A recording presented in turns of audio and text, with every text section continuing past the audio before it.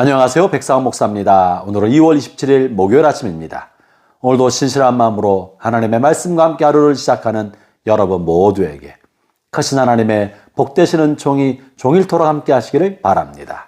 오늘 주 하나님의 말씀은 누가복음 7장 18절부터 35절까지의 말씀인데요. 오늘 본문은 세례 요한에 관한 이야기를 다루고 있습니다. 세례 요한이 헤롯에게 붙잡혀서 처형의 날만을 기다리며 감옥에 던져지게 되었습니다.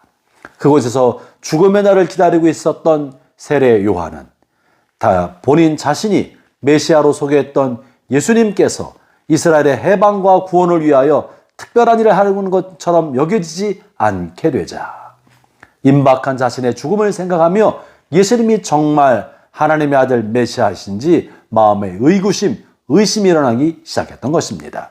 그래서 제자를 보내어서 예수님이 과연 우리가 기다리고 있던 메시아인지 아니면 우리가 착각한 것인지 다른 분을 기다려야 할지를 예수님에게 확인받고자 제자를 보내었습니다.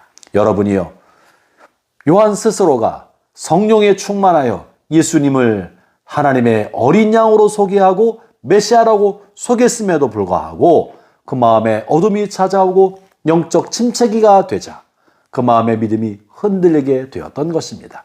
세례 요한도 이랬거늘 하물며 우리는 어떡하겠습니까? 때때로 우리 안에 어둠이 엄습하고 영적인 침체기에 들어가면 우리가 굳건히 믿었던 믿음이 흔들릴 때가 있습니다. 그럴 때도 있는 겁니다. 이럴 때 어떻게 합니까? 세례 요한은 그 상태로 머물러 있으면서 의심과 불신을 키우지 아니하고 즉시로 예수님께 사람을 보내어서 이것을 확인하고 다시 믿음의 반석 가운데 굳게 서고자 하였던 것입니다. 형제자매 여러분, 의심의 먹구름 우리 마음을 덮을 수 있지만 그럴 때일수록 주님 앞에 더 나아가야 합니다. 주님의 손을 붙잡아야 합니다. 그리고 하나님 앞에 엎드려 은혜를 구하고 믿음을 구해야 할 것입니다. 이렇게 세례 요한이 사람을 보내어 예수님께 찾아오자 예수님께서는 세례 요한을 한참 높이십니다. 여자가 낳은 사람 중에 이보다 큰 사람이 없다 하시면서 세례 요한을 그리스도 오실 길을 준비하는 사람으로 다시 한번 소개하시는 것입니다. 이러자 이 말을 듣고 있었던 사람들이 놀라운 반응을 보이는데요. 29절의 말씀입니다. 모든 백성과 세리들은 이미 요한의 세례를 받은지라 이 말씀을 듣고 하나님을 의롭다 하되, 사람들은 예수님은 세례 요한을 높이고 세례 요한은 예수님을 높이는 모습을 보면서 이 두 사람은 참으로 하나님이 보낸 사람들이 맞구나.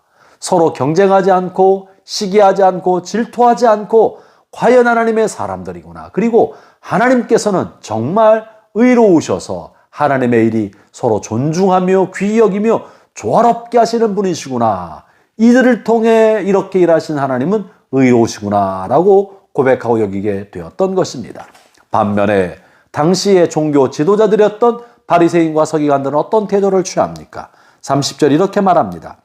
바리새인과 율법 교사들은 그의 세례를 받지 아니하므로 그들 자신을 위한 하나님의 뜻을 저버리니라. 이들은 종교 지도자였지만 세례 요한을 하나님의 사람으로 인정하지 않았습니다.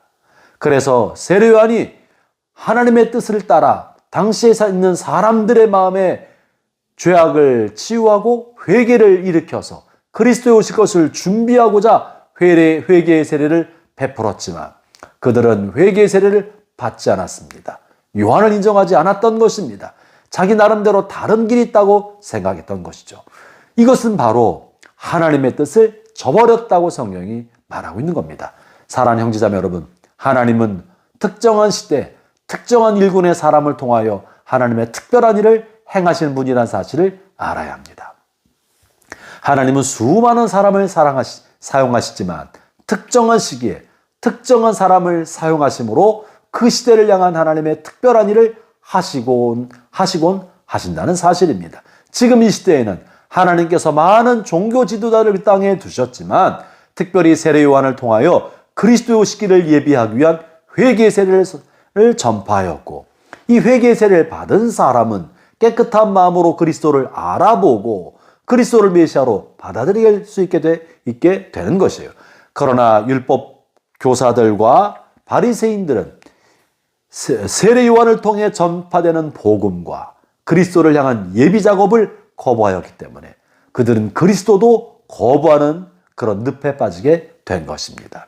형제자매 여러분, 여러분의 삶의 여정 가운데서도 여러분을 위해 보내신 하나님의 사람들이 있습니다. 그 하나님의 사람들이 여러분을 위해서 하고자 하는 하나님의 큰 일들이 있을 때 그것을 알아차릴 은혜가 있기를 바랍니다. 하나님은 어떤 특정한 사람들을 통해 여러분을 향한 하나님의 뜻을 알려주시고 여러분을 하나님의 뜻으로 또 하나님의 길로 안내해 주고는 하시는 것이에요.